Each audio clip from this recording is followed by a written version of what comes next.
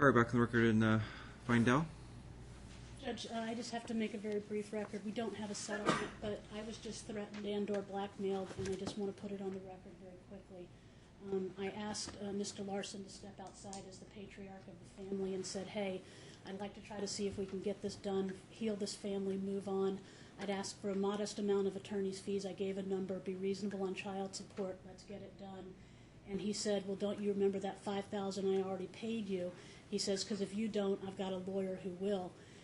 There's never been any mention of any potential prior representation that I may have had of Mr. Larson until I just said, hey, let's see if we can try to settle this, and now he's threatening. He says, we have a secondary plan for you. I take that both as an attempt to blackmail me into resolving this case in a way that benefits them by threatening me that way. And I just wanted to be able to have it on the record while he's here to say it in his presence. So, other than that, I'm ready to go forward. Your Honor, I'm not sure why counsel would take my client's father and have a conversation with him. So the fact that she's now coming in and saying what the conversation was and twisting it and trying to allege that he made threats against her when she pulled him outside is ludicrous. I first asked him if he minded speaking to me outside. He said no. She put something on the record. What? He's not I give denying it 0 weight. It's not going to come in as far as any. Well, she just also put on the record that he's not denying it. I'd like to give him an opportunity. I probably shouldn't. If I would have known where it was heading, then I probably should have cut it off before that. Well, we could hear what that offer was, so we can know what they think this case is worth. That's negotiations. That I can't do. Well, it's negotiations with a third party, which means there's no privilege going on, and counsel's put negotiations for this case repeatedly. You want me to? I'll say exactly what I said. I have no problem. I said, I'm bringing you out because you're the patriarch of this family. This is a financial issue, and that's all it is a financial issue at this point. I said, I would like to end this now so that we can try to start having the family heal because you have a beautiful granddaughter, and she deserves to have more than what's going on right now. I said I would accept $3,500, which I think is a mere fraction of what I'm entitled to and what will be ordered, and be reasonable on child support, and we can be done, and you guys can start to heal. That's exactly what I said. He then threatened me, tried to blackmail me by saying, well, what about that money we gave you? Well, you don't remember it. I got the check. I got a lawyer who's going to remember it. We have a secondary plan for you. Okay? And that's the first time it's ever come up, the only time it's ever been mentioned. There's never been an objection placed on the record saying there's a conflict because there's not. But I find it odd that when I'm saying, hey, let's try to settle this, it's a financial issue, we've got some money that's going to exchange hands. For the first time now, they tell me they have a secondary plan for me, and they have a lawyer who remembers the money if I don't. That's what was said. That's what took place. If he wants to say anything else to say I'm full of crap, go ahead. I don't need but to. That's it. It's not. So that was the offer. So what is your purpose? You believe that she's I can't even valuing her believe case that. at $3,500? Yeah, I do, but I can't believe she pulled out a party's father during a case, during negotiations. Who's been writing all the checks here? There's nothing. He's not represented by you. I mean, there's nothing stopping her from doing what she did. Right, but for her to then march back in and put on the record that she had this conversation with him. No, I only put it on the record because I got the record. Let's all get focused back on what. First of all, I thought it was going somewhere else. I didn't tie it up to the end that it was actually her father. It has zero to do with her case. If she feels better now that she put it on the record, maybe she has other. If something happens in something else, she's got some sort of record to base it on. As far as this case, as we're sitting here and now, 0 weight. Exactly why I put it on the record. And again, there's been no denial. Your Honor, see, he can't talk because he's not a party to this case, and she gets to say, "There's no denial." I'll stipulate to him There's no responding denial. if you want. It's not. This is not a case, Ms. Lubritz, against your client's father. Try to make this over. So that the record. I'm sorry. I also clear. said I'm not taking any pleasure in doing this, and I don't think it's going well for your side. That's also what I said. So the record is clear. if this turns into something and this record is used for something having to do with those two, I have no idea what's going on. I just want the record to reflect that he has not spoken, he has not agreed that anything happened, he has not But she's agreed representing what him was now, I guess. said. Miss Lubritz. Clearly, It's fine. Again, I wouldn't even gone that far. Thank you. But. All right, where are we moving to next? we are moving to the plaintiff. Okay.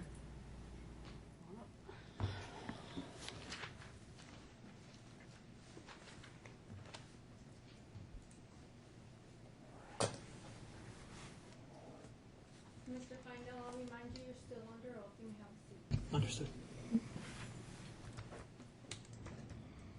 Well, Your Honor, I'm sorry for housekeeping. I just realized something. My exhibit the counsel objected to has already been admitted as her exhibit. So, Which one are you referring to? Which documents? Miss Cohen, that's up to you to figure that out, okay? I'm If you had an sorry, Your epiphany Honor. here in court, then you had an epiphany. The fact is, she objected to yours as not being disclosed timely. If they happen to be the same thing, they happen to be the same thing. Go ahead. Go they're off first. literally the same thing. She produced my document production as her exhibit 21. Okay. Her exhibit 21 has already been submitted. Great. Then Okay. use her as So exhibit 2. That includes Defendant's the second patents. production of documents has been admitted. That includes the patents that he has. That includes Miss his Cohen, link- so be it. Okay, then it's admitted. Yeah, it's- You're the one who had the epiphany. If it's admitted, it's admitted. Right. What exhibit number would that be? All of those. No, we admitted through 21. I'm sorry.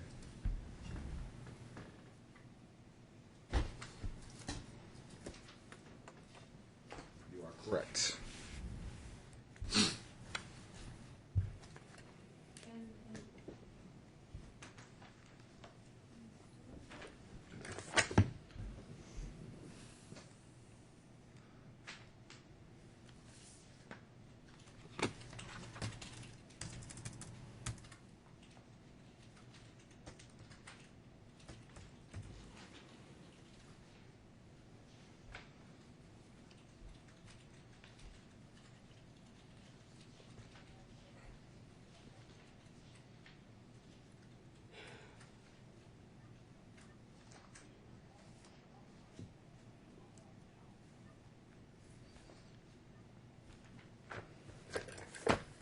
Mr. Feindel, would you please turn to, in the black binder, Exhibit 10?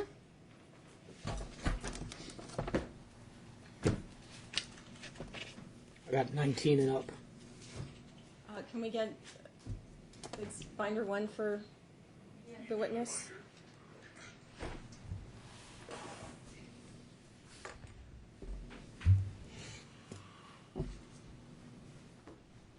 Thank you.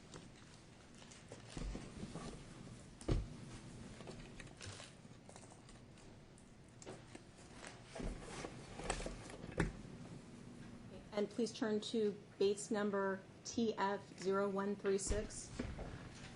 01, 36. thank you.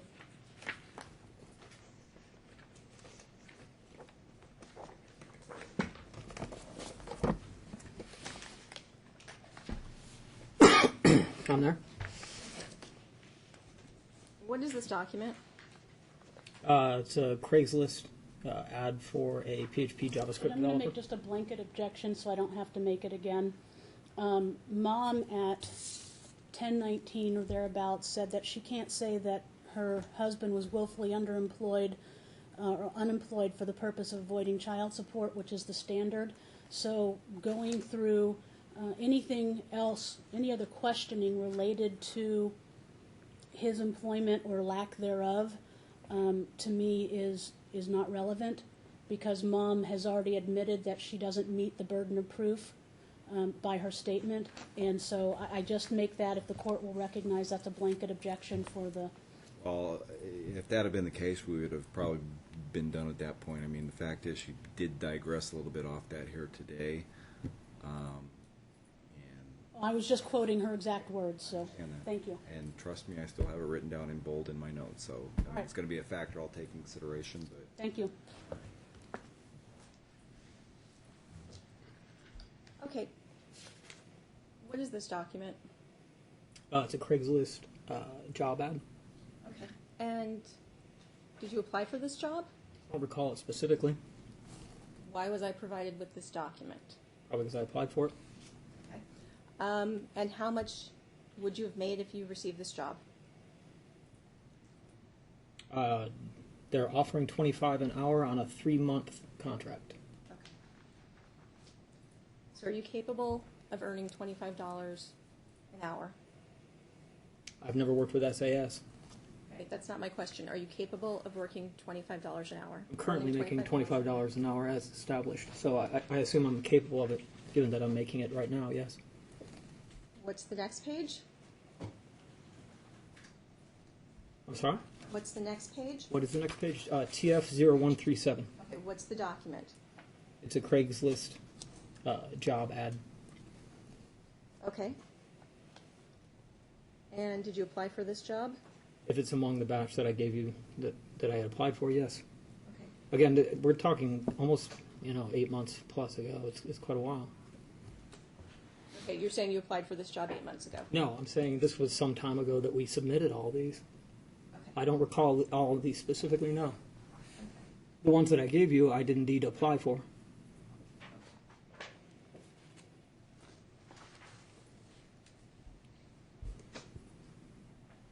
Okay. And why did you apply for these jobs?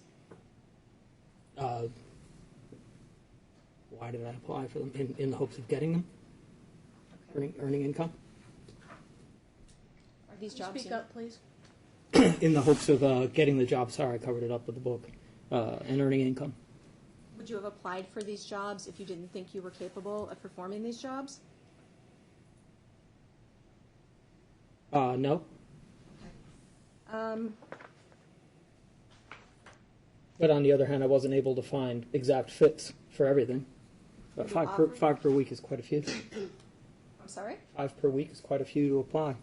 Have you continued to make 5 applications per week since we were... I have not. Okay, let me finish. Since the judge ordered you to make 5 applications per week? I have not. Okay. Why not? Because I have a job. Do you think it was the judge's intent for you to work 18 hours a week? Objection calls for speculation. Okay. Excuse me? It's also argumentative. Okay, let's keep going. Let's look at TF0139.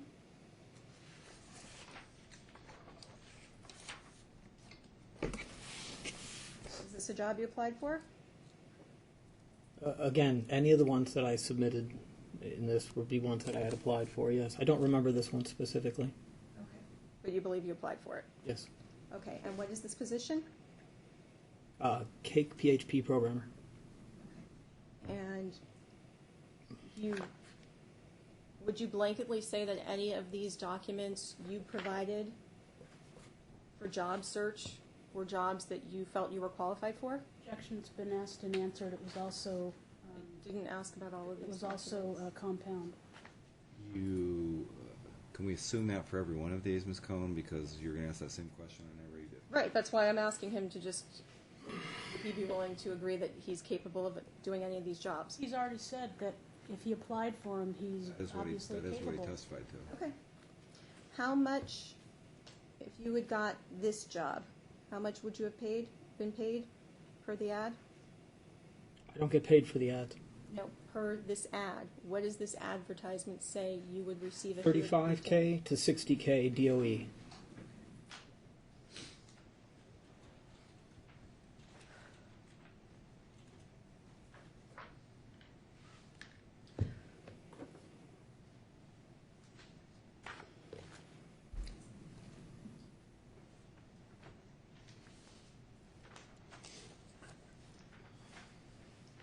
And currently, you're working at Peaceful Computing, correct?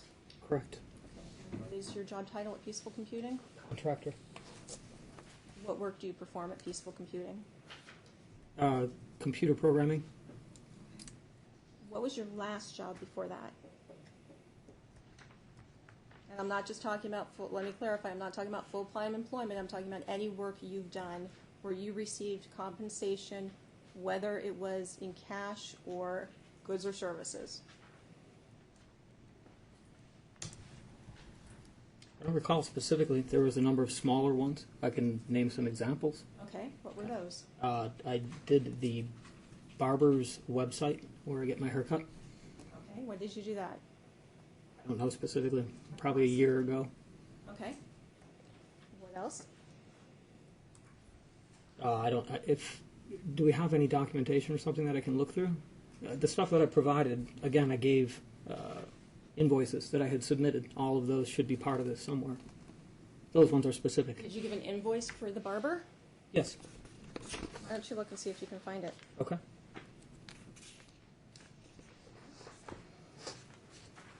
Where am I looking? Is there a specific section where these the invoices that You I said submitted you are? produced it.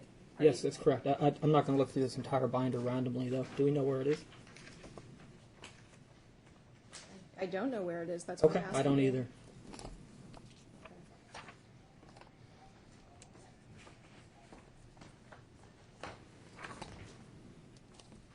Judge, the documentation speaks for itself. He didn't produce an invoice from a barber that I can see. Okay, how much I were you would paid? ask that counsel's statements be stricken. She's not. Ms. Cohn, why is it his obligation to prove a case against him? I can't, he's saying I produced documents about what I earned from the barber. I'm Maybe asking. he did, but you're the one who just came to the epiphany that you were even able to use these, and now you're saying I can't find it. This was already produced a long time ago. This wasn't something, this has been addressed. This has been made a record. These are his documents. Okay. He said he produced proof, an invoice from the barber. I'm just asking him to show it to me. It's not in here as far as I can tell. Objection. As Maybe far it's as not she in can this tell. production. Maybe it was in a different production. I don't know. Maybe he did. Maybe he didn't. No other production. I'm just asking that the Asking record that speak for counsel not itself. testify about whether or not there were other productions, etc. What was your previous job before the barber? I said I don't know those specifics. No, That was did a- you understand? She said the previous job before the barber. Right, but again, those are all on the things that I submitted. There were a lot of little itty-bitty things, small payments here and there. I don't recall them all specifically, nor do I recall the dates and amounts. They were trivial. They were definitely small.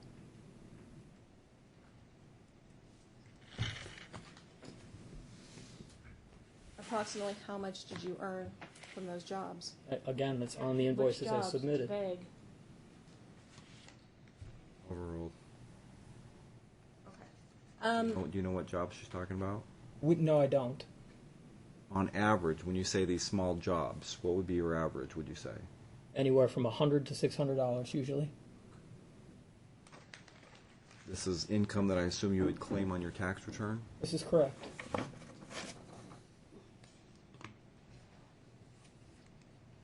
Okay, what's the last job that you can remember earning an income for?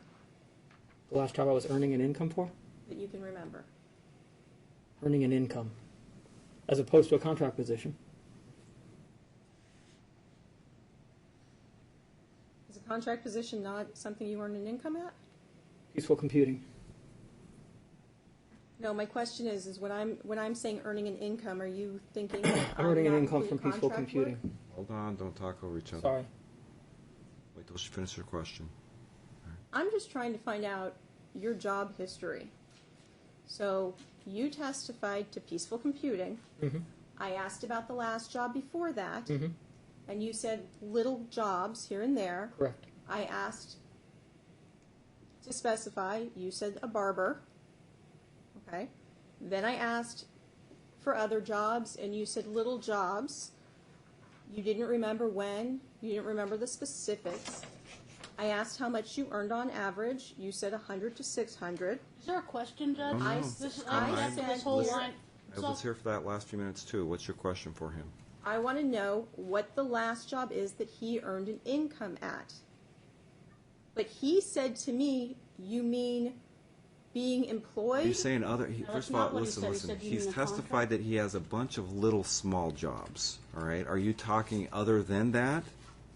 Is that your question? Yes. Okay. Other than the little, what you consider little small piecemeal jobs, sir, where was your last steady paycheck from? My last full-time job was with Selling Source. Okay. How much did you earn from Selling Source? All told, I was there for a year and a half. Okay. How much did you earn per year? 68.72. For a year. Yeah. So $6,872. No, 68K, 72K, somewhere in there. Okay, so your last full-time job, you earned $68,000 a year. I'm not absolutely specifically certain of it, but it's in that area. Yes, that's correct. Okay. And what was your previous job before that? I was unemployed prior to that. When was that? For 2 years prior to it, approximately. Again, doing small jobs. What years were those?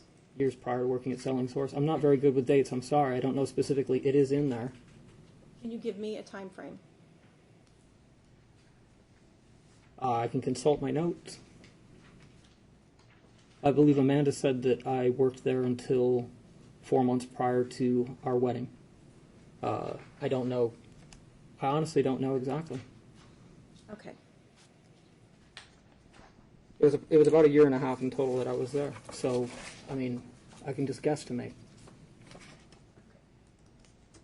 And what was your previous job before being unemployed?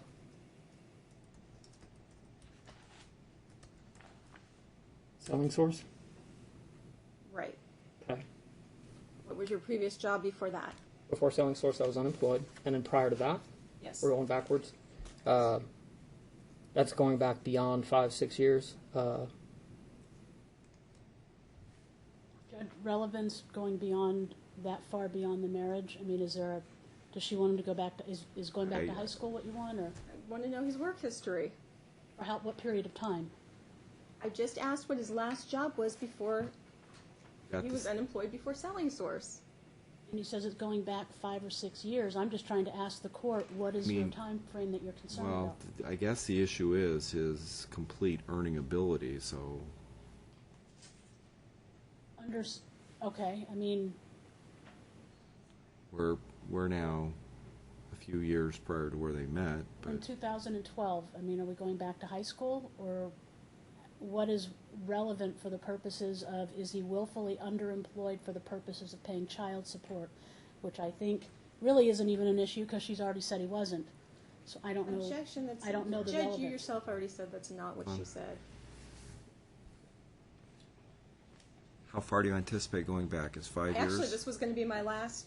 fine. I just wanted to know where he worked before he was unemployed before Selling Source. That's fair. That's fair. Okay, prior to that unemployment period, I believe it was Portal Zone. I'm sorry, say that again. Portal Zone, Portalzone. Okay. And Hold on. How long did you work there for? Uh,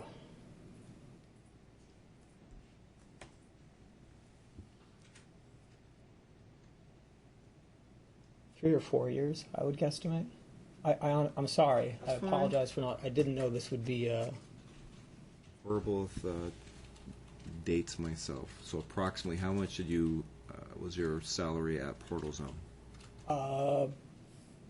50s, 50,000.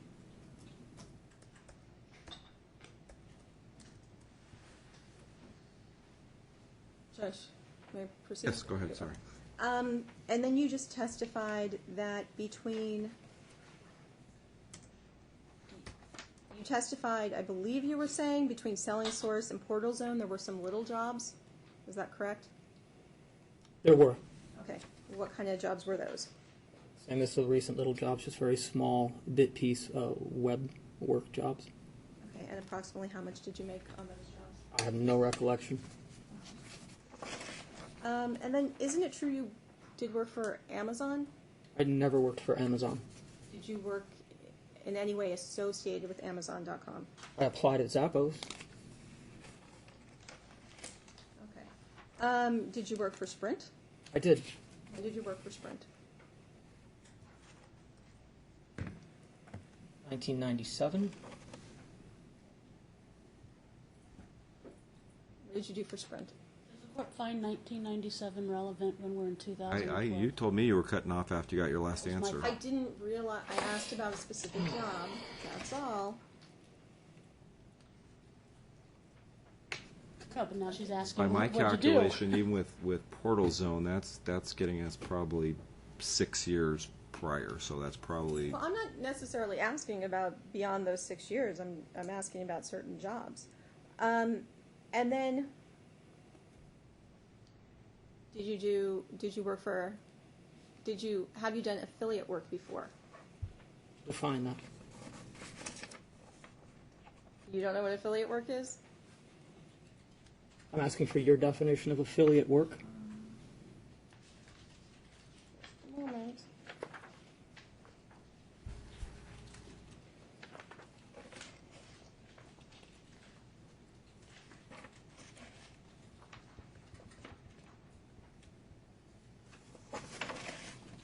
Has to do with the visibility of ads, and you make ads visible, and if you get a lot of clicks on them, you get a percentage of the advertisement revenue.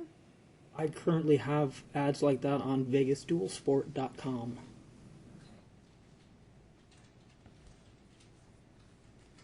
How long have you had those ads on VegasDualSport.com? Since 1998. Have you provided the proof of your income that you've received from VegasDualSport.com? Assumes facts, not in evidence that he has income from Have that. you made any evidence from this thing you've done since 1998? Have you made any income? This year? Yes. No. Why are you still doing it then?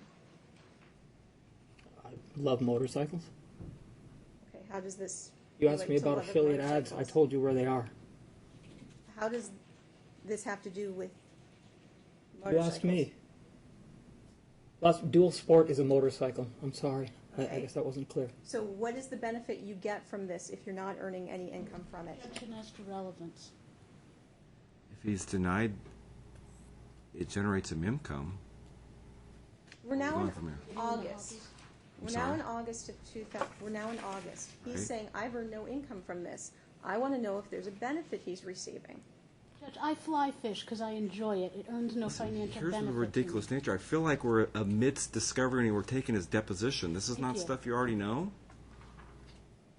No, because he didn't tell me about it in his when I know about affiliate work.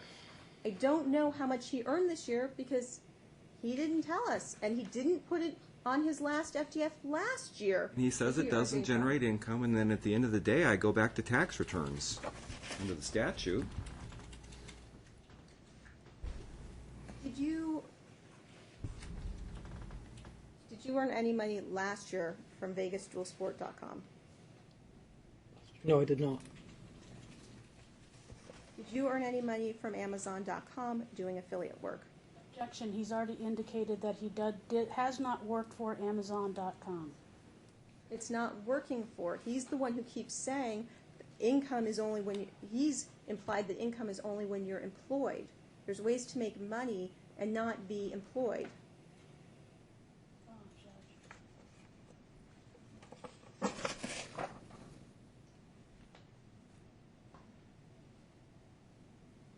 I'd like to know those ways. Your Honor, that's why I was asking him that question before, because he made a comment about not being not getting income from a company that was paying him because he's only a contractor. It's not what he And said. I He tried. testified too? It's not what he said. That was my understanding. When I tried to get him to clarify, I couldn't get a clarification. I just want to know if he earned any money doing affiliate work for Amazon.com. And then we're moving on. Yes or no? That's fine. This year, I did not make any money from Amazon. Last year, I did not make any money for Amazon. I've never been employed by Amazon.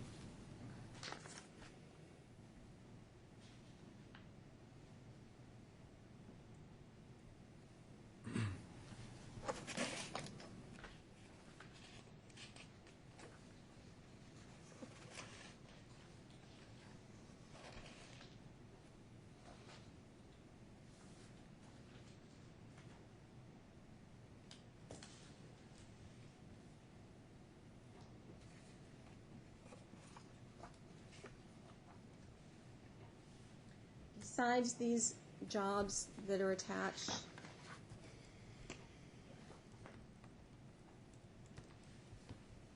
part of this exhibit that we're going through, Which exhibit are we on?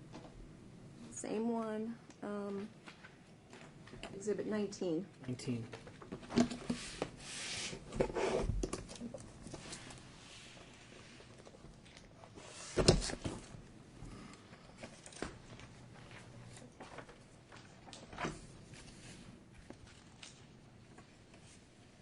At 19 as Amanda's bank records.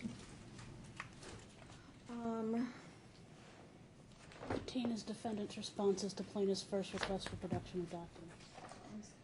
Plaintiff's response was I'm sorry, exhibit, the documents we were just going through in exhibit 9. Exhibit 10. Excuse me, exhibit 10. Besides those documents,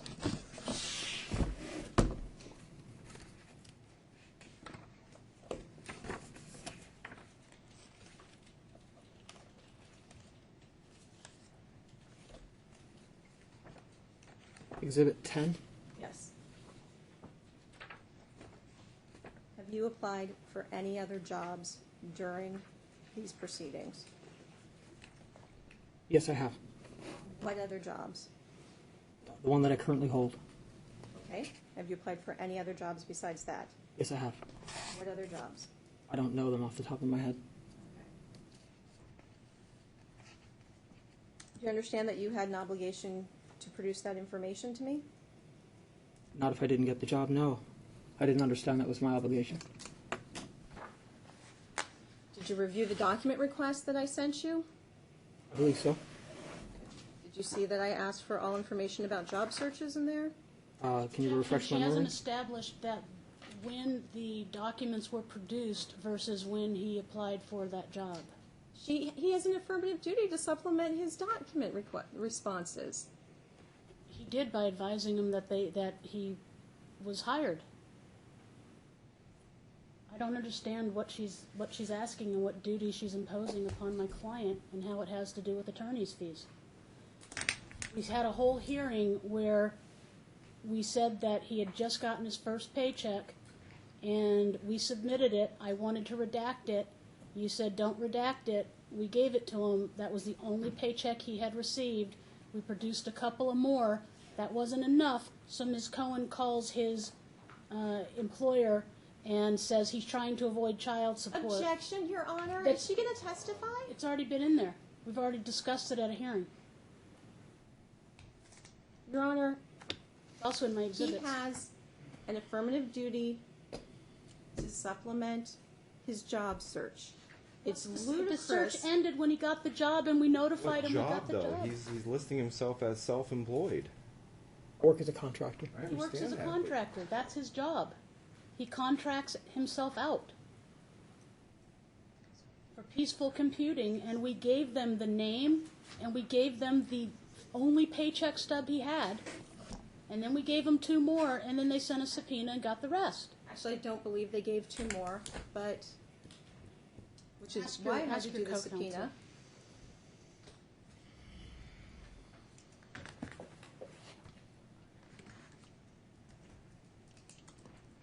Are you only capable of working 18 hours a week?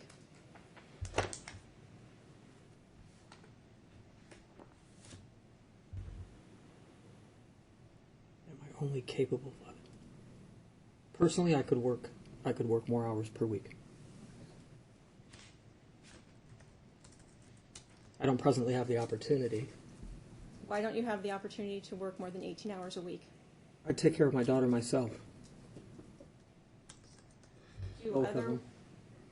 are working parents unable to take care of their children and still work full time? I can't speak for other parents. I take care of my children. Okay, so you're asking the court, I'm not asking Are the you- court. I'm telling No, you I let take me care of my finish. children. Hold on.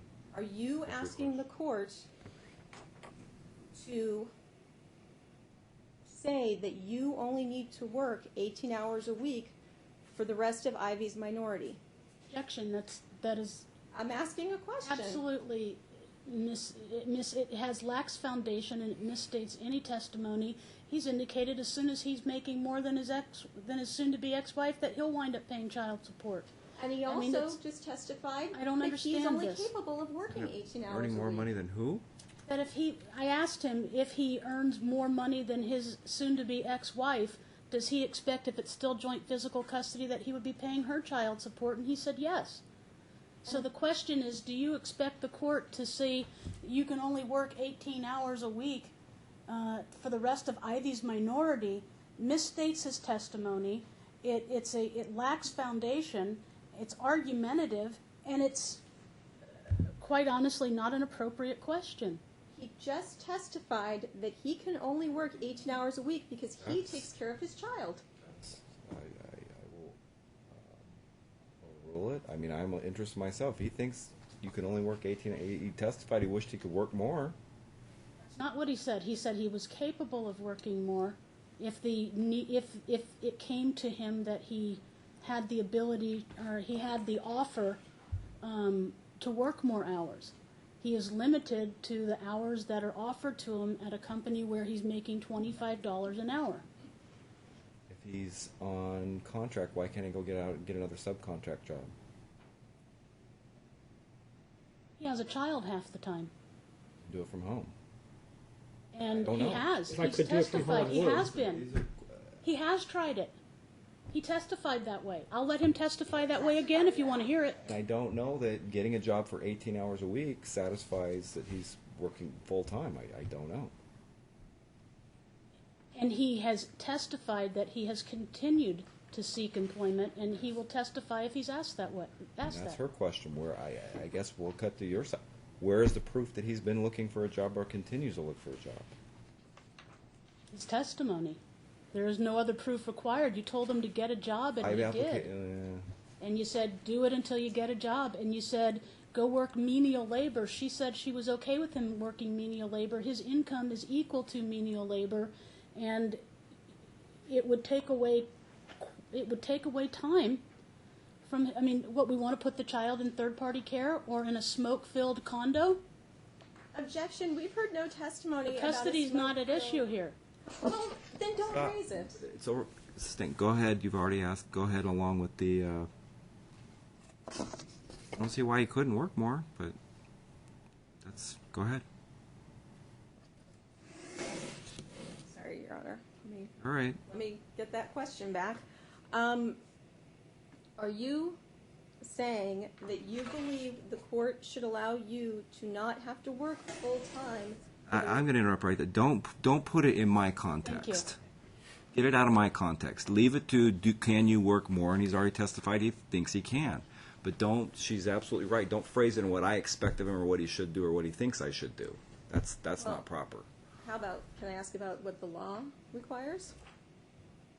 That would call for a legal conclusion, so I'll Oh, tell you do no you? right off the Okay. And bat. I'd love for her to Okay. tell me where the law says you have to work 40 hours a week. The law says you have to support your children. Absolutely, and he is. Ms. Cohn, go ahead. Do you think that you should not have to work full time for the remaining of Ivy's minority because you are taking care of a child? Objection as to the form of the question, objection as it lacks foundation, and objection as it misstates his testimony. She's not reiterating testimony. I'll be the first to admit it's a little bit poorly worded. If you want to ask him, if you want to rephrase it, I understand what you're trying to get out of him.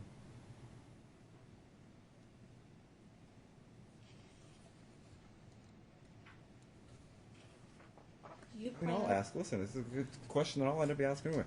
Do you think indefinitely you're going to be working 18 hours a week as long as you have Ivy? Wouldn't be sustainable. Okay. So what are you anticipating on doing about changing that or increasing that? Working more hours. Absolutely. So what are you doing to change your current circumstances, My current circumstances. where you're only working 18 hours a week? Oh, If it's unsustainable. I'm sorry. I thought we were talking about custody for a minute. I didn't understand. If I currently, if I get a sitter, it's 20 plus per hour. So my thinking is the trade-off at this young age isn't really Sitter worth is it. 20 plus per hour. That is correct. That's what he uses. That's what I use. I don't care what he uses. That's not even close to. He uses a nanny service that he's used for both children, and Over a decade. they do a background search to make Why sure did no she one's going to testify? diddle your I don't kid. know, Miss. Listen, apologize. I find that that's a bit ludicrous to pay 20 hours, especially when we have extended relatives. But Not go in ahead. town. The Don't have question any is, do you? extended relatives, Your Honor. So we're back to you don't you anticipate you want to work more, but you're just not. I intend to work more when she's in school, just as I did with my firstborn. That's fair. Okay. Yeah. Full. That's Not for several years, though, right? it. Will be a year and a half. I don't know. It depends when she starts pre-K. Some of that depends on how mediation goes the next time through. Okay. Have you looked into daycare? I have not.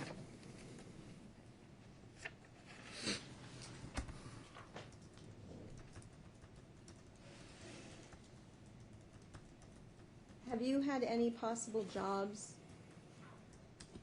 since mediation that you had to turn down because you had the care of Ivy?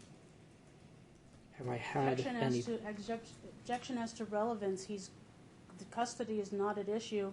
His And income excuse is me, at counsel, issue. please don't Hold interrupt me on. when I'm trying to make a record unless you're going to withdraw your question.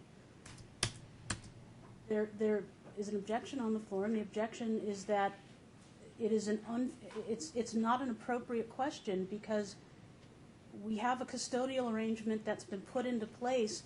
Mom agreed to it. Mom knows that he cares for the child when she's with him.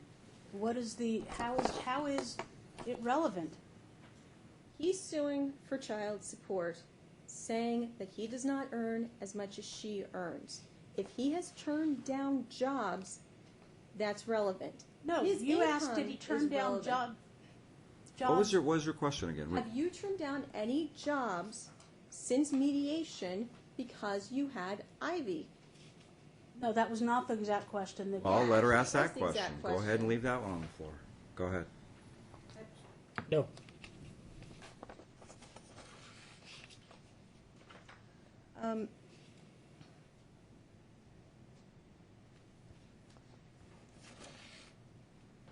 Since your drug test, have you asked Mandy to pay for the drug test? I haven't spoken to Amanda. Since the drug test, have you seen anything from your counsel to me asking Mandy to pay for the drug test? You? Objection as to the relevance, it was ordered. It was court ordered that if he passed the drug test, that she reimbursed him. I didn't know I had to go and chase it. Objection as to relevance. If my client forgot and no one thought about it, and they waited several months and came to You know court what? to Just do in this gotcha, last few it's minutes, you fine. both probably expended attorney's fees on what the actual test even cost. The client was under the obligation to reimburse when it was She clean. was. Then And- bring it and through she your client. forgot. She oops forgot. Why are you getting it out of him? Because counsel raised it. Move on, Ms. Cohn. Okay.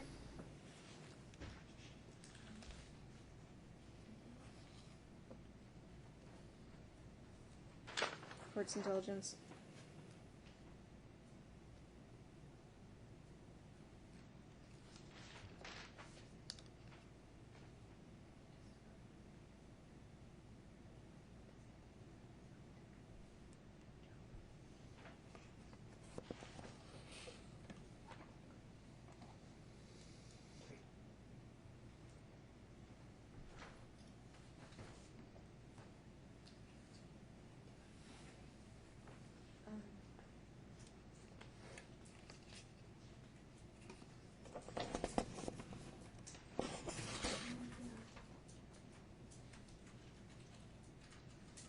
Do you hold any patents? I'm sorry? Do you hold any patents? Do I hold any? No, I do not. Are you a co-holder of any patents? I'm not a co-holder in any patent. Okay, and let's turn to your exhibit. That would be 19.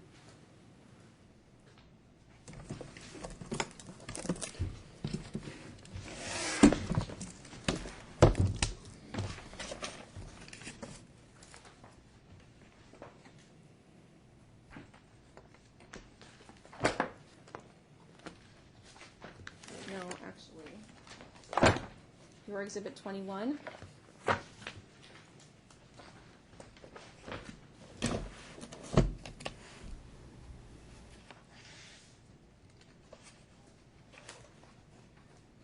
Case number AF 268 through 285. Okay, I'm here. You recognize this document? I do. What is it? The patent. Who's Tim Feindel? T-Y-M? That's me. Okay. So, is this the patent that you own? Or, I'm not the holder of this patent why is your name on this document? because I'm an inventor. Are you an inventor on any other patents? I am.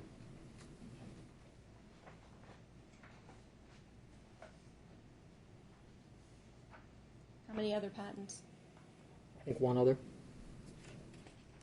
Are you an inventor on any other patents in other countries? Like Great Britain? The patents, the two that were applied through Portal Zone, and I believe this goes back to, I believe the application went in 01 or 02. I think one of them went international. I don't know. I don't own these patents. Once I had written the invention, it had a life of its own. Okay. And what's Turbo Gladiator? What is it? Yes. It doesn't mean anything specifically. Can you restate the question? I know what Turbo Gladiator is.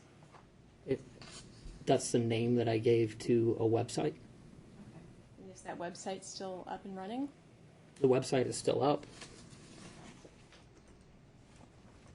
Does it cost money to keep a website running?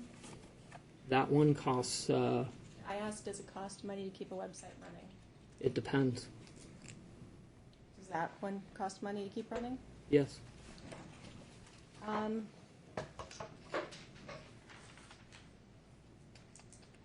what's Jucolop Technologies?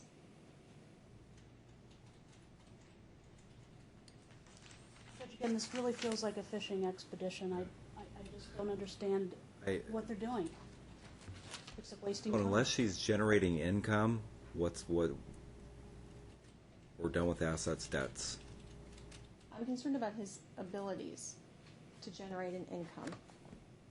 If he has Why don't you businesses- just cut to the chase and say, have you ever made a dime off any of these patents? And maybe someday if he does pop off these patents, we'll be back for modification. But let's get to the reason why you're asking the question. Just because he holds a patent doesn't mean hold he's a it. millionaire. Portal Zone, he said, holds it. He worked for Portal Zone. They own the patent. He just invented something. Right. The issue is income. Right. How does having patents, what do you think that does for your resume? Does it help your resume? Do I think it helps my resume? Yes, I do. How about just, does he ever have the Ms. Smith, possibility of making any Back money? to,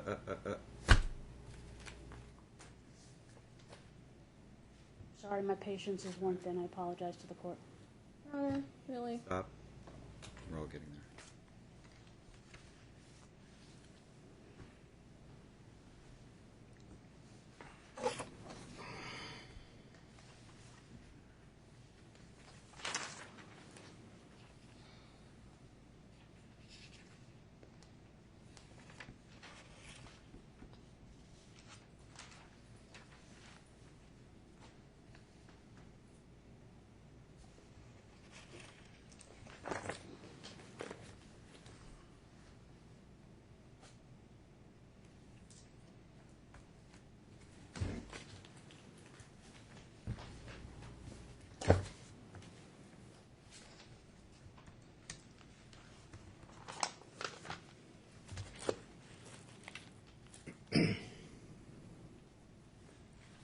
Can I get a soda out of my backpack? Is that okay?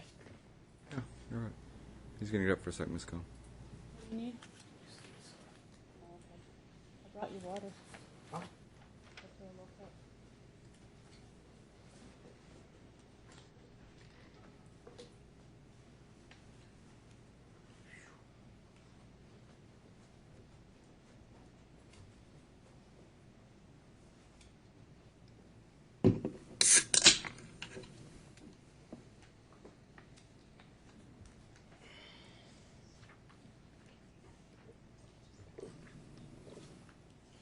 Nothing further, Your Honor. Can you work from home at night, Tim? Can I work from home at night? When the kids are asleep? Can I get stuff done at night? Certainly. And have you actually worked at home for pay in the evenings? Historically, I have. And is that kind of work available right now in this climate? It's not available. Have you sought that type of work to supplement your income? I have. And why is it that you use, strike that, who do you use for nanny services? I use nannies and housekeepers. And why do you use them? I've had a relationship with them for over a decade, and their people were the way that I found the original help that I got with Emily, back when I had Emily all the time. And what is it about nannies and housekeepers that makes you want to pay $22 an hour?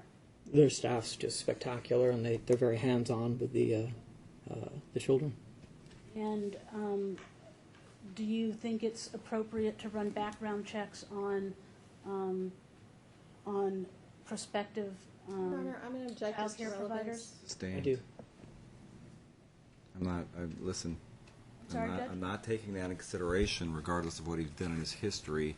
If he feels that he wants top-notch, he can pick a movie star to watch his child for all I care, but I'm not taking that consideration. The court didn't. The court had some opinion or commentary about it, so that's the only reason why I was That's fine. addressing it. All right. Okay. How much does it cost to operate Turbo Gladiators a month? The website? Yeah. It isn't a business at this point. No. How much does it cost to run it, to keep it running? About $5 a year. Okay. And explain, please, the patent, or the two patents that you invented. The question was, do you hold them? My question is, do you own them? Oh, I do not own them, no. Who owns them? I don't. It's said on their Vortal Optics, I believe. I don't know where they've been sold to. Again, I just Okay, invented. stop right there. Just answer my questions, and we'll do this more quickly. Thank you. Were you employed at the time that you invented those things that have a patent? I was. By whom? Portal Zone. And did you ever have any ownership interest in them? I don't believe so. Okay. And you believe, when did you create whatever was patented? Or co-create, I'm sorry. I don't really clearly recall. Probably 2001, And 2000. is what you did that has been patented, was that part of your job duties while you were at Portal Zone? It was. And other than your regular compensation, have you ever received any money from this patent or any other patent? I've not. And do you have the ability to, will you ever be able to strike that? Will there ever come a time when you will be paid additional monies regarding these patents? No. Are you willfully underemployed for the purpose of avoiding child support? I'm not. Continuing to seek employment?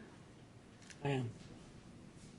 And do you have the ability to work more than, strike that, what was your understanding when you accepted the job at Peaceful Computing as to your opportunities to grow with the company? That it was within my field. Objection, Your Honor. I don't even think I asked about that. I don't know where. She asked all about Peaceful Computing and why he took that job and why he's only working 18 hours. I mean, it's all within the scope of what she asked. I don't think I asked what. Well, fine. You don't have to ask every That's question specific she questions. asks. If you open up a general area, she can specify some of the. What was your understanding about the opportunity for growth for Peaceful Computing when the job was offered to you? That it was a growing company that's within my field. And I wasn't getting an awful lot of offers at the time. Did you have an understanding as to whether or not your hours would be able to increase with peaceful computing? I didn't have an understanding. I certainly hope that they will. Do you still hope that they will? Yes. Have you turned down any work since these proceedings were initiated? If I turned down work, no. And strike that, did you apply for a job at Lowe's? Yes. Doing what? Warehouse work. And when was that? Within a few months prior to the walkout. You say the walkout, you mean when your wife left on Easter Sunday Correct. with the child? Okay. Correct. And were you offered that job? I didn't get a call back. On the 30-plus items documents that you have for jobs that you applied for in Exhibit 10, were you offered any of those positions? Was I offered any of those positions? I don't believe, no. I did receive some callbacks, Okay. but And I was not offered any position. did you go to, how many callbacks did you go to? How many calls did I take? Yes. I don't specifically know. I don't know. Okay. And again, none of those led to employment, correct? Correct. I have nothing further.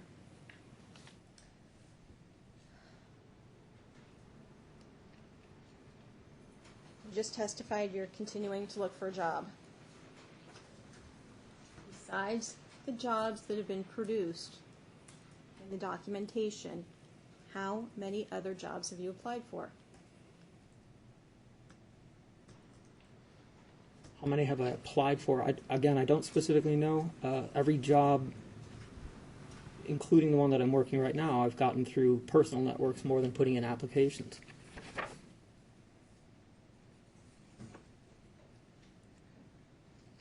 And has there been any growth as far as the hours at personal computing? I believe there has, but I don't have documentation of that.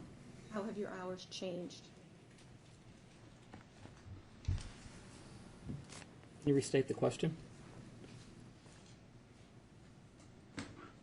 Are you now getting more hours at your current job? Are you now getting more hours?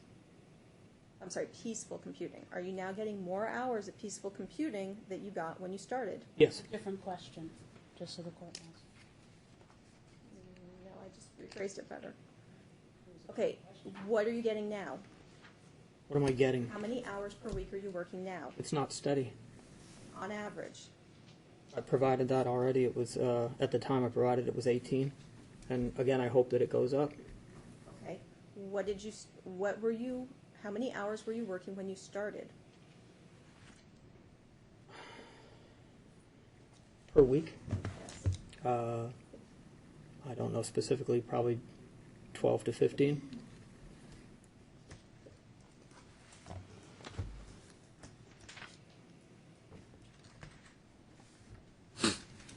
Nothing further.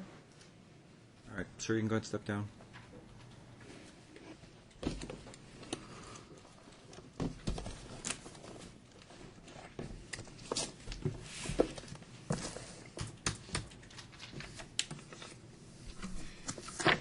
Ms. Gunn, your next witness. No others. Okay.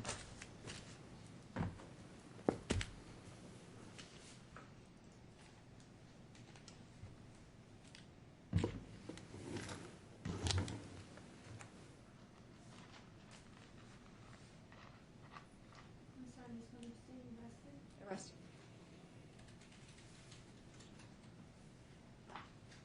I'll be very candid. Most likely, this is going to be a very, the end result's going to be a relatively brief decision, but I am going to end up taking it under advisement and issue a written decision.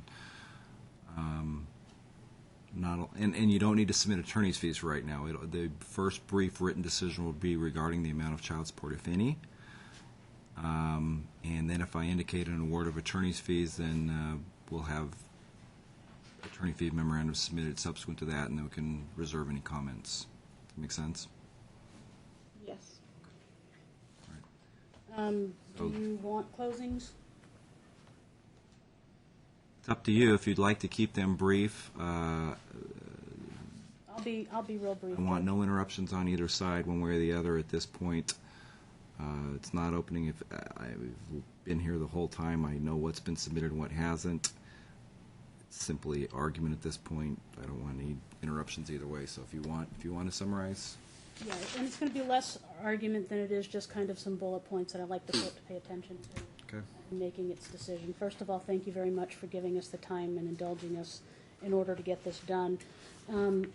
I would ask the court, the last time that we were here, I gave you some citations on the attorney's fees issue and statements that you had made about when you would consider attorney's fees in this case and under what parameters. I would ask that the court pay attention to those again. At approximately 10:18, 10:19 today, I'd ask the court to look at the video record. Mom said specifically, "I cannot say he was unemployed for the purpose of avoiding child support." That is the heart of the issue. I would ask the court to refer to the willful underemployment under NRS 125B.080 subsection 8 on the Pecos Law Group website, Counsel's Employer, by Bruce I. Shapiro, where it was reprinted with permission from the State Bar of Nevada 2011, because a lot of this case has been about bad faith and about running this on and running up attorney's fees. I would tell you that if you look at the first page of the article written by her employer that's on their website, it states, "A willful underemployment or underemployment is not sufficient cause to deviate from the awarding of at least the minimum amount, provided that an obligor is willfully underemployed or unemployed, A, to avoid an, I'm sorry, the A is a symbol, to avoid an obligation of support of a child." They also state that the Nevada Supreme Court held that a trial court should be allowed but not required in fixing the amount of alimony or child support to consider what a husband or father could in good faith earn if he so desired. The key is good faith. If one intentionally holds a job below his reasonable level of skill or purposely earns less than his reasonable capabilities at this should be considered in setting the financial awards. If, however, through circumstances beyond his control, one cannot in good faith obtain a job commensurate with his skills, the award should be keeping with his ability to pay, having regard for other factors which bear on this issue. You will recall that Amanda Feindel testified during direct examination by her counsel that she was satisfied when Tim said that he would seek a menial labor job during the course of the marriage. Menial labor, we would look at, I think Nevada is 8.25 right now for the minimum wage, and I think it makes no sense to say that you should go and work for $8.25 an hour just so that you can make what he's making now, working half the time when he could be spending that time with the child. It states that the court found deliberate avoidance on the part of the obligor, and that was in the Manier matter. The Nevada Supreme Court noted that the statute required a finding that the willful underemployment was for the purpose of avoiding an obligation for support of a child. The court, however, interpreted the statute where an evidence of willful underemployment preponderates, a presumption will arise that such underemployment is for the purpose of avoiding support. Once this presumption arises, the burden of proving willful underemployment for reasons other than avoidance of child support will shift to the supporting parent. Again, we don't even have to go that route because under oath, under direct examination, Mom indicated that he was not unemployed or, quote, underemployed for the purpose of avoiding child support. The other issue that I'd like to address very briefly, I apologize, Judge, is when you look at the Division of Welfare and Supportive Services Support Enforcement Manual, it indicates on, and it's 1 November 10, that gross monthly income may be ascertained by actual income records, Employment Security Division records, state or federal income tax returns, or if actual income information is unavailable or does not reflect the obligor's current earning ability, and the obligor's occupation is unknown and no other documented factors suggest a higher or lower amount is appropriate, then the gross monthly income should be based on the occupational training statistics. Well, those things were available. They simply did not choose to provide that information to you. It Wait, says where you were you can just, I'm only- sorry, Ms. Lubritz, where were you just reading from? This is the Division of Welfare and Supportive Services Support Enforcement Manual, Section 506, subsection B, State Regulation adopted January 19th, 2005. In subsection D, it says you can only impute income using average wage if no other income information can be obtained. Information could have been obtained, they simply chose not to. And what I would ask the court to recognize is that what my client does is specialized. He does certain things very well. Unfortunately, what he does is a luxury, which is programming and other computer-related services. When you can go down to Best Buy and for $20 have somebody do something, why would you pay him, $120 an hour to do the same thing? The other thing that I would ask the court to look at is also on the Pecos Law Group website, and it says Child Support Awards in Shared Custody Cases. It says that in Nevada, the relevant statute is NRS 125B.0809J, which provides that the court shall consider the amount of time the child spends with each parent as a basis for deviating from the statutory guidelines. There is no basis to deviate in this particular case from the statutory guidelines. They have a 50-50 custody arrangement and timeshare. Now, Mom indicated, and I would urge the court to look at day one. Mom stated very clearly that her insurance plan was a flat rate, that there was no charge for dependents or adding anybody else, and she comes here and asks for one half of medical premiums when she hasn't produced it. She testified the first day of trial that there was no additional monthly premium for their child. And please remember, my client is able, he covers his other daughter. He's able to add Ivy to his insurance. I asked her on day one if it was less expensive, would she consider allowing my client to insure Ivy, and she said no, she wanted it her way with her insurance policy. And my request is that if she is able at some point to prove that she does pay something per month for this child for premiums, then she should have to, then my client should only be responsible for one half of what it would cost him to insure the child. He shouldn't have to pay more because Mom wants a particular plan. That's fine with me at this point. Well, I Go want and the court to incorporate that in the understand that, minutes. so I mean, thank you're you. your client. You understand that? I'm fine with that. Your client's going to have the affirmative obligation to show them exactly what she Very pays good. out of pocket to Has carry the not, child. and it hasn't been produced, Understand and that, it's not but in their books. It doesn't- If the amount is zero, then it's zero. But if in fact it's, let's say, $50, that's what she'll be entitled to. But if he can enroll the child specifically for less, then we'll allot him to do it. Now, She has a group plan. Judge, if I may, we said there'd be Paying no the family interruptions. friend. That was my I interruption. know, but I'm asking that she not be allowed to speak now while I'm trying to finish with my wrapping things up. Let me ask you when we get to it then. Hold Thank on you. a second. I'll address it in my Also, from the same Pecos Law Group document, on the second page under determining child support and shared custody arrangements, there's an equal duty of both parents to contribute toward the support of their children in proportion to their respective incomes.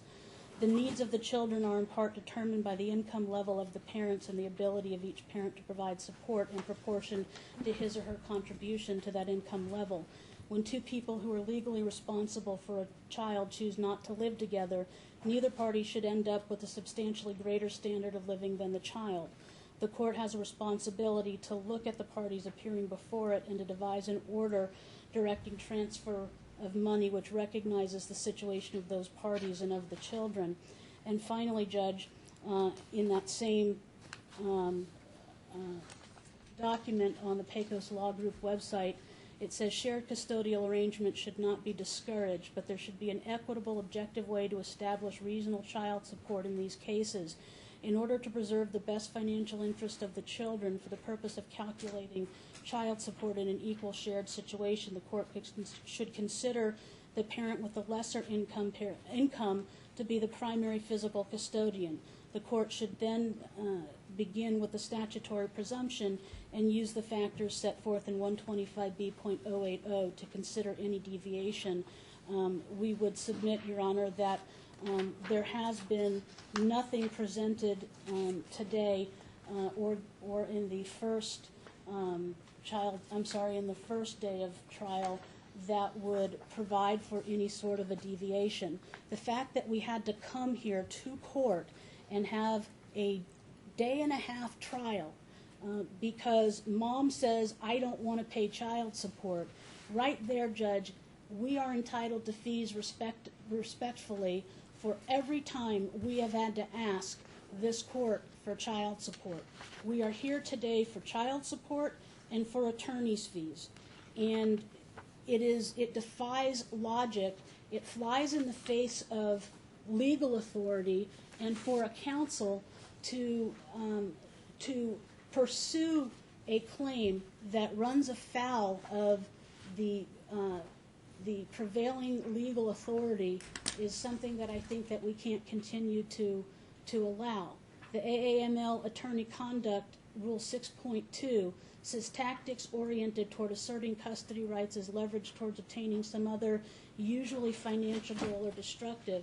If despite the attorney's advice the client persists, the attorney should seek to withdraw. This case has been only about financial matters since before the parenting plan was put into place. And I'd like the court, when it comes down to looking at things, really look at the credibility of the parties. If you look at the opposition to our motion that was filed, and I'm not just looking at the opposition, I'm actually looking at the affidavit, the things that Amanda swore to under oath and under penalty of perjury. It is Exhibit 2 in our book, and it's been admitted.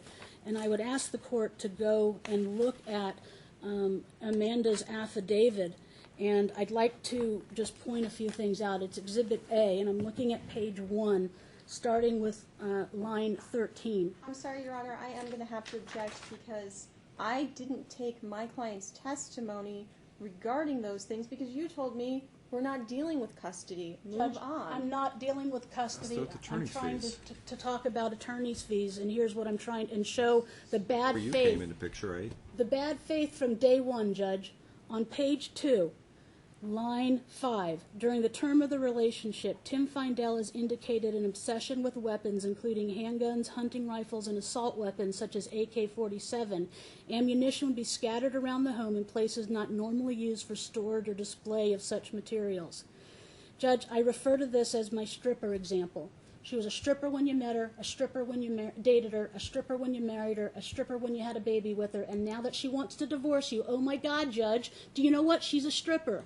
She says during the term of their relationship, there were weapons strewn about and ammunition strewn about. It did not become an issue until he decided to divorce her, and now all of a sudden, that is one of the major factors that he is not entitled to have joint physical custody or even overnights with this child.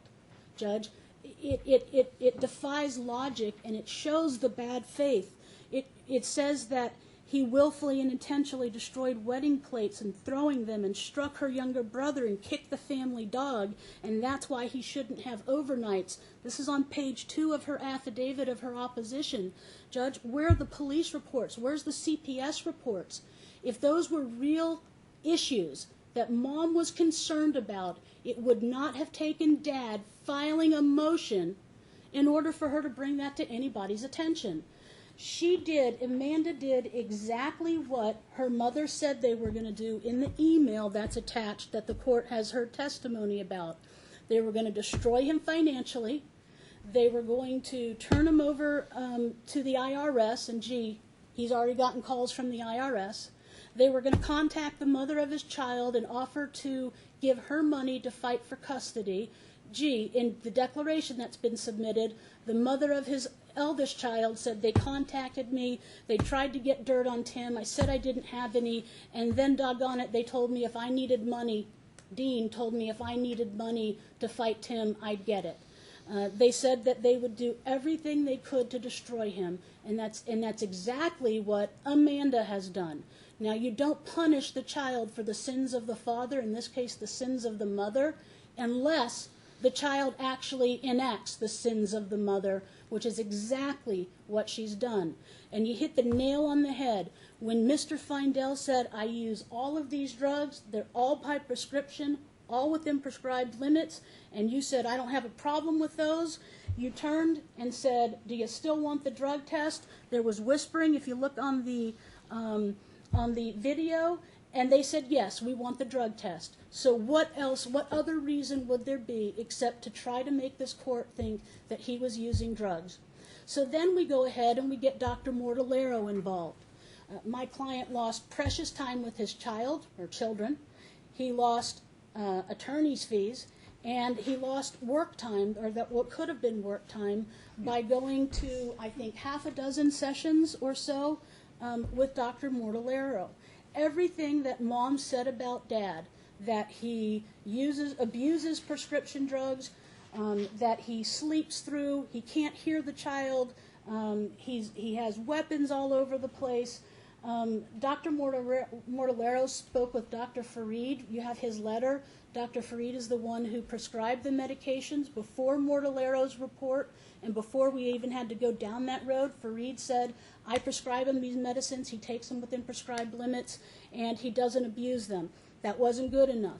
So every single allegation that Mom has made was refuted by Dr. Mortallero in his report. It was refuted by the drug test, and still we couldn't get an agreement. And Judge, I think you have to pay attention. When we're preparing for trial and the pretrial memorandum says we want Tim to consider a different timeshare arrangement in the pretrial memo, how am I not supposed to prepare for child custody or to think that that's an issue? Especially when first she said there wasn't an agreement that we reached with Verricchio. Then I got her to admit, okay, fine, there was an agreement.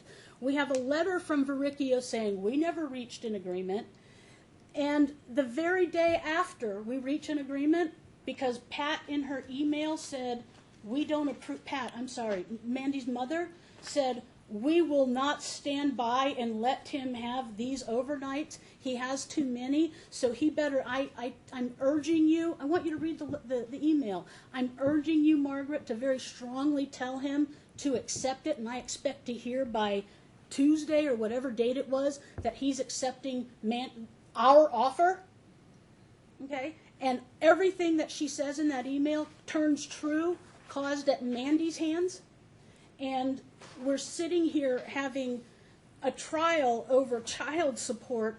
Judge, I think you can't just look at how much time we spent in trial for child support. I think you need to go back from day one, look at the allegations and see if they were unfounded. And as soon as they were unfounded, we should have had a decision at that point. We should have had an agreement, and Mandy still refused. And then they had to go to mediation. And it just went on and on and on and on and on, Judge. And each time there's a letter, each time there's an email, each time there's a call. Oh my God, Shelley, there's practically a SWAT team outside my door. My daughter's here, their guns are drawn. Because Mom called and said I had assault weapons. All of those things need to be taken into consideration when you're looking at the attorney's fees. At a minimum, Judge, I'm asking for what she's paid her lawyers, which by her account is $20,000, $15,000 to Pecos Law Group, $5,000 to Verricchio's office.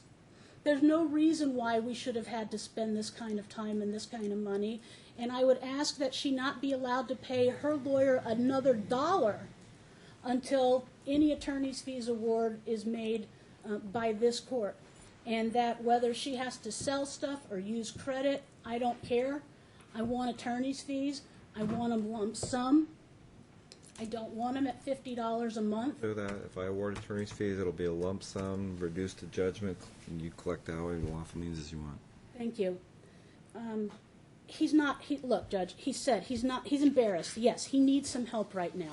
He's doing in the midst of this litigation, in the midst of hundreds of emails between the two, in the midst of having to produce documents and pull everything up, and you know what? He's a full-time parent to one kid.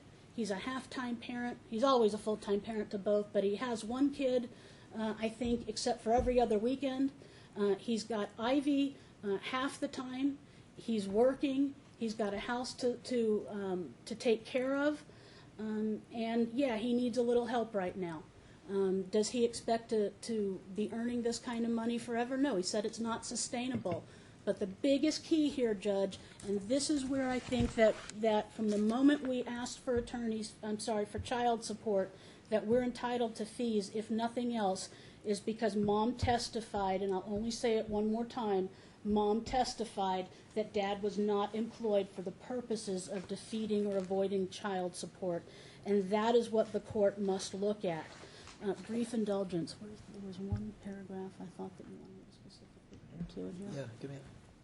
I apologize, Judge. Very brief.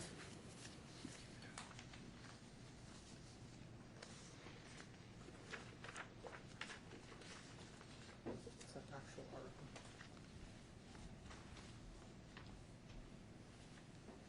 Go fast. Here it is. Wait. This is it. Yeah. This is the end of theirs. I read that already. And this. Okay. Just two last things. I apologize, Judge. Again, on page 5 of 9 of the article written by Bruce I. Shapiro, courts should avoid creating economic disincentives that would prevent a parent from remarrying and remaining at home to raise children. It says there are many factors to be considered when the court is faced with imputing income to a parent who wishes to stay at home, and you should avoid creating a disincentive that would prevent a parent from remarrying or remaining at home to raise children by imputing an income to him that he doesn't earn for hours that he doesn't work when he's at home, staying home to raise children. That is an interpretation of in re marriage of Cout by her employer on their website, and I would encourage the court to look at it. And in sum, Mr. Shapiro writes, in sum, court should be open and flexible for reductions in child support based on good faith reasons that will result in an enhanced child support award in the future. After all, the plain reading of the statute states that willful underemployment exists when done to avoid an obligation for support of a child. I'm asking for a minimum of $20,000 in fees, which is what she's paid, not what she still owes. So I would ask for a dollar-for-dollar matching. Remember, Judge, everything that she paid her lawyer is community property. There's been no argument that, and no evidence, legitimate evidence that's been produced to indicate that this money came from anywhere other than Amanda Feindel. Therefore, community property laws tell us that my client should be entitled to the same. They do have in some documents that they produced an unsigned by Amanda and unnotarized, quote, promissory note. It's basically her mother saying, we lent Amanda this much money. Amanda didn't sign it, and there's no notarization on it. There are documents that Amanda created as the office manager of the business, where she says that there are monies that were paid out as loans. There has been no one to substantiate that and to corroborate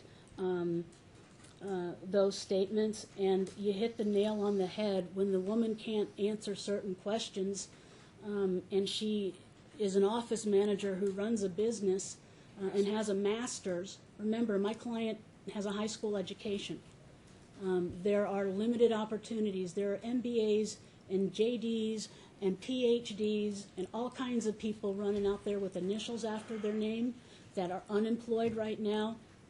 And we got a guy who is working as much as he can for a decent sum with a high school education.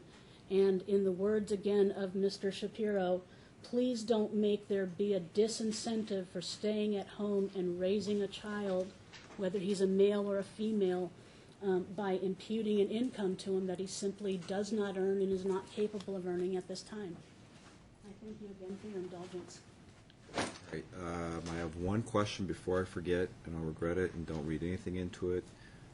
Has not been posed by the defendant. If, and I'm asking your client, how would I describe your job if I end up referring to the average employment? As far as software engineers, there are software engineers that deal with applications, and there are software engineers that deal with system software. Which one would you describe yourself as? As per that, that requires a bachelor's degree that I don't have, having read through that document. But do you deal mostly with applications or system software? Neither. I work with web devices and Linux. And please note, when you're looking at the Nevada average wage, if you're going to do that, that he has a high school degree. He doesn't have the other things. He couldn't become employed in certain capacities at certain jobs because he doesn't have the educational background, which Amanda's mother also noted in the email that we've been speaking of. So, you know, it's not just coming from us. But remember, Judge, they haven't produced anything. He was unemployed when they got married, unemployed when they had a baby, and he's working now. Okay. Okay, let me start with the easy stuff. Let's get the insurance out of the way.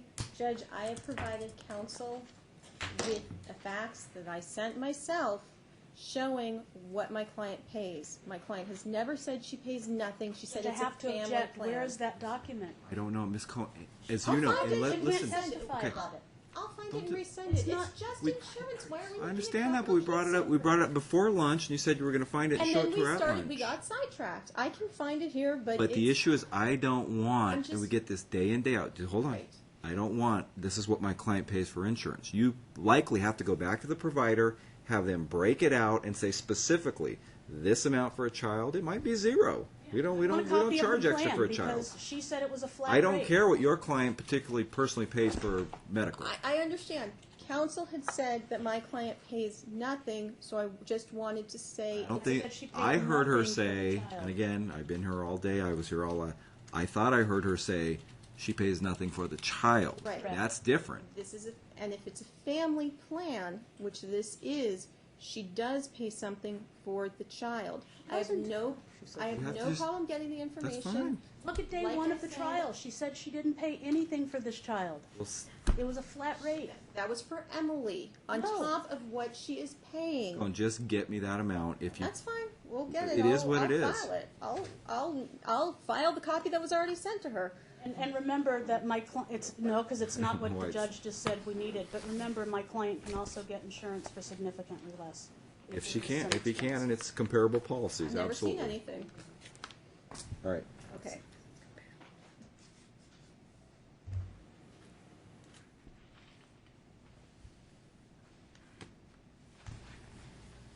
Your Honor, when it comes to child support, Nevada law is clear. Under NRS 125B020, you have a duty to support your children.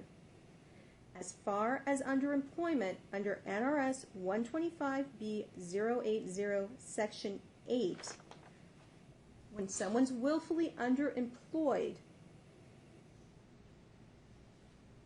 the obligation for support is based on their true potential earning capacity. Additionally, under Miniere, once evidence of underemployment preponderates, the presumption will arise that such underemployment is for the purpose of avoiding support. My client testified about during the marriage. Was he underemployed to avoid support during the marriage? She was not asked, do you think he's underemployed now to avoid paying you child support? That wasn't asked.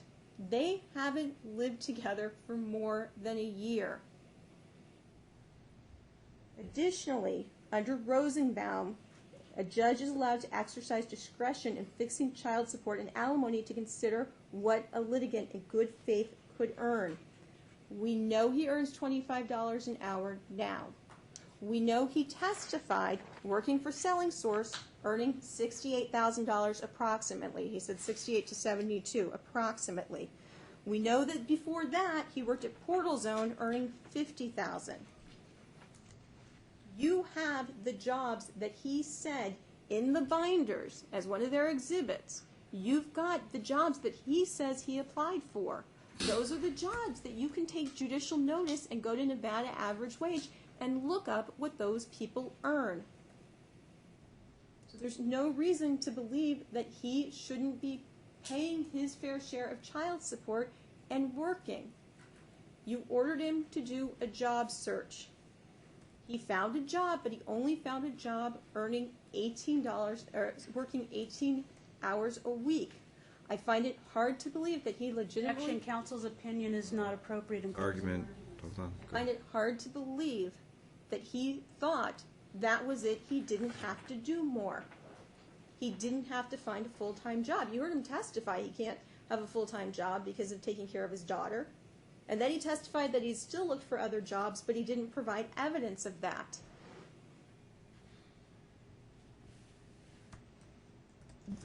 As far, and I do, we discussed Fernandez earlier. I understand Fernandez has to do with modification, but my point regarding Fernandez is that it's clear that it says clearly that statutes and public policy do not support an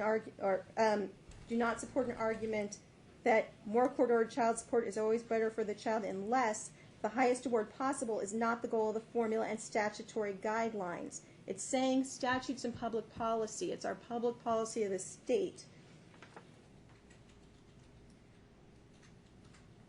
What we've asked is that my client pay no child support based on his ability to earn. Frankly, I believe that you could legitimately say that he has a capability of earning more. She's not asking for that. She just wants to be left alone. She wants to be able to move forward without paying him child support when he refuses to work full-time. And he is capable of it. And if he says, well, I can't earn what it says under Nevada average wage, then you can look at what the jobs are that he says could work, because he attached those as his exhibits, as the jobs he's applied for. And you can presume that he didn't apply, well, I haven't testified to it, he didn't apply for jobs that he didn't think he was qualified for.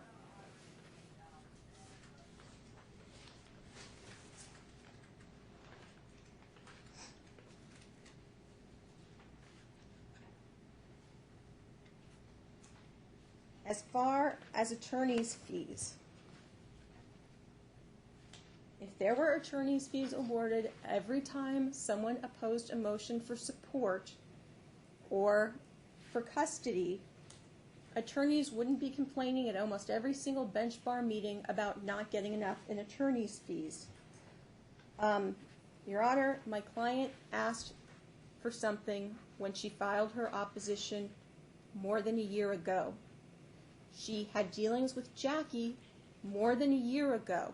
She called the police because of issues with an exchange more than a year ago, at the beginning of the divorce. Well, this case quote started more than a year ago. She also said that except for the one time when she called the police, that she'd never called the police.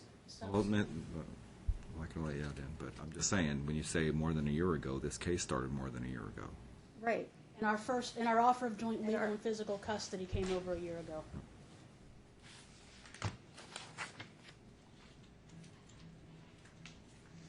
Your Honor, my point being that this isn't something where she is, I'm not admitting she caused any trouble in doing those things, but even if you found that she did, that was a very long time ago during this process. We have been to court for one motion hearing. It was a motion he filed. She opposed it. We haven't been to court repeatedly for motion after motion after motion. She has not caused this case to have large attorney's fees. And if you need to go through the letters, I know you don't want to go through, I'm not going to go through the stuff about agreeing to this and agreeing to that. It's in the letters. You have it in the evidence if you want to go through it. Moreover, as far as attorneys, as far as child support goes, we're not looking at a case where he's saying, I'm capable of earning this, but help me out a little. He's saying he's entitled to more than $500 a month in child support. That's what he's asked for. We're not talking about a little bit to equalize. We're talking about a whole lot of money. And frankly, like I said,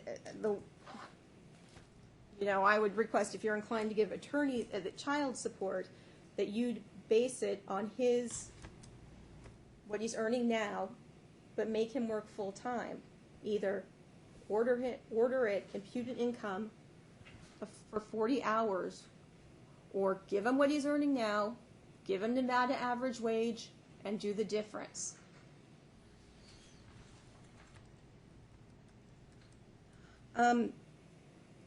As far as my client's allegations and what Dr. Mortellaro said, and let's remember, she paid for Dr. Mortellaro. She paid $7,000 for Dr. Mortellaro. She's handled all that. He wasn't in her household. We've heard no evidence that proves that my client said anything that wasn't true. When it came time, because she didn't like what was going on, it wasn't, oh my God, my husband's a stripper. It was, oh my God, my husband's crazy. I have to get out of this marriage now. That's why she got out of the marriage. And that's why she made these allegations. She stands by these allegations. She's willing to move forward and work with him and try to work with him. But she had every right to make those allegations. She had every right to try to prove her case to the court. Additionally, again, we're not here on custody. She agreed to custody. She went to mediation and worked out a parenting arrangement. As for the allegations that counsel had to do more work because she sent an email and I sent a letter and I mentioned something in passing in a pretrial memo, there's no threats. There's no, if you don't agree to this, I'm going back to court. It's, we think this would be a better schedule. It's common sense. Their schedule right now is stupid. They alternate every 2 days. You can't plan for a child to go to ballet class. Especially, he admits he hasn't spoken to her since they separated. They can't make any plans. If she wants to know if she's going to have Tuesday 3 weeks from now, she has to go to a calendar and go, 2 days, 2 days, 2 days. She's just saying, let's change it. She's not threatening. She's not threatening to go to court. She's just putting it out there. It's a little kid. They're going to be putting things out there for this child for the next 16 years. And if he has to go running to an attorney every time she puts something out there, we're going to be in court a whole lot. As for my client's attorney's fees, she's testified it was a loan. We've seen no evidence to prove that it wasn't a loan. We've heard no testimony that he's a stay-at-home dad.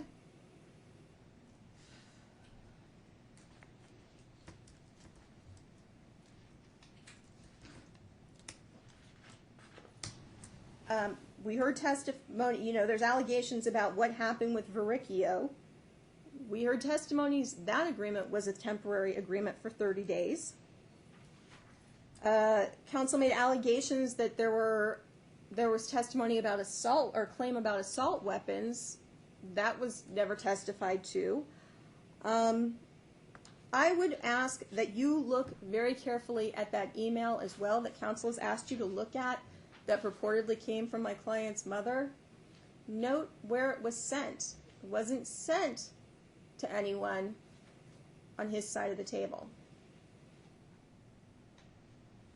Sometimes people vent, and I actually think sometimes it's a better idea to vent with your family or yourself to type something up than to send it. It didn't get sent, and we haven't heard any testimony that it was sent to his family. And better yet, if you look in the exhibits in the discovery request where we ask him, how did you get this? He doesn't say it came through his mother. He says it came through him being able to get into her computer to sweep something. So this, by his own admission, this was an email he got through her account, not because it got sent to his mother. So any allegations that they're entitled to attorney's fees because she's sending nasty emails to his mother with threats. No, not even she. She's sending nasty emails to his mother with threats, and then she's following through with it. It blows all the air out of those sails. The email was never sent.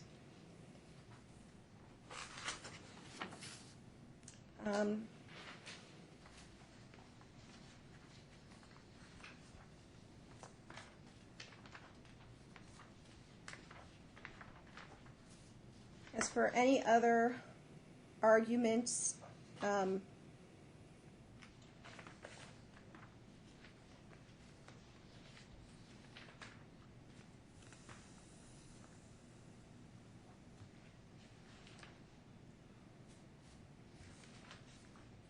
far as attorney's fees, I believe you've noted that if you do award attorney's fees, we'll have the opportunity to go through the documents and make arguments at that point.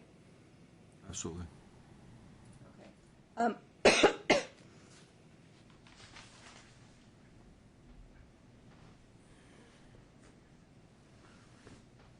As far as what my client is requesting in attorney's fees, because we don't think we should have had to be here either. She's not asking for the whole case. She's asking for what we've had to do in the last few months regarding child support and attorney's fees. And again, I would note that my client that is being asked to agree to pay more than $500 a month to someone who isn't working full-time and is capable of it. So I believe it's very reasonable for her to say, I don't think that's right. I need to see what the judge says about that. And I will leave it at that. Very, very quick, Judge. I just 30 seconds. Thank you. Wait, I'm going to cough. Thank you. First of all, we had to be here for the motion. We had to be here for the return from the drug testing that came back negative. We had to be here for Mortalero's report, who says my client's suitable to have overnights and be a joint physical custodian. We were here at a status check. We were here at calendar call. Each one of those last two times I said, let's just resolve what we can and leave the rest for the judge. Nope, sorry, never sent me back a proposed decree. Rather, they sent me an email that had, I think it was 3 pages for what we're supposed to do for unreimbursed medical expenses. I would also ask the court to remember 2 things, that the standard to establish willful underemployment for the purposes of avoiding child support is clear and convincing. It's not preponderance of the evidence, it's clear and convincing. And again, Judge, you cannot, under these statutes, respectfully, and again I cite to Pote, you cannot impute unless you find that there has been a willful underemployment for the purpose of avoiding child support. You're citing to what, I'm sorry? In re Marriage of Pote, I'm looking at Bruce Shapiro's article, page 5 of 9, where... Is that even Nevada? Yes, sir. According to Mr. Shapiro. Is there a citation with that? 'Cause that's, There is not. Hold on, I'm sorry. There has to be. Down here there has to be. I'm familiar with Rosenbaum. I'm familiar with Minier. I'm not seeing it. I'm just showing you what's on their website, which obviously they believe to be true because it's on their website. And it says, excuse me, and it says, again, Judge, you should not create a disincentive economically for him to stay home and raise his child. The last thing I'd ask you to do, Judge, is, and until I heard the final argument, I wasn't going to go here, but I'm going to ask you to look at what the golden uterus is. And I'm just going to tell you, read one thing, and you'll understand why we're making arguments for attorney's fees. Disobedience is abuse to the golden uterus. If the children, father, husband, ex-husband doesn't heed her demands, the golden uterus perceives it as abuse. If you don't parent the same way the golden uterus parents or misparents, you're a bad parent. If you challenge the golden uterus's decision, she'll punish you by denying you access. Denied the opportunity. Hey, we were way past your 30 seconds. Look up the golden uterus, Judge. I really don't, because I'm afraid what'll come up. It'll tell you that it's someone who is high conflict, who thinks because they gave birth, they called the shots. And in documents you'll see she wrote, even in her affidavit, because I'm the mother this, because I'm the mother that, because I'm the mother that. Yeah, I'm asking you to put on your gender blind glasses for both on custody issues, but also I don't think we'll be having this commentary in this trial about child support if mom were the one who were not working 40 hours a week. All right, I again will end up taking the matter under advisement. I'm going to give myself a drop dead date of 14 days. I anticipate on having it done before then. What does that put us to, Madam Clerk? No, 14. I'm not. Just remember, Judge. Oh, it should 6th.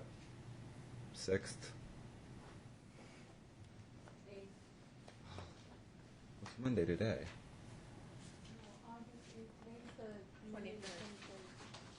Right. So I click 2 times. I show August 6th as a Monday.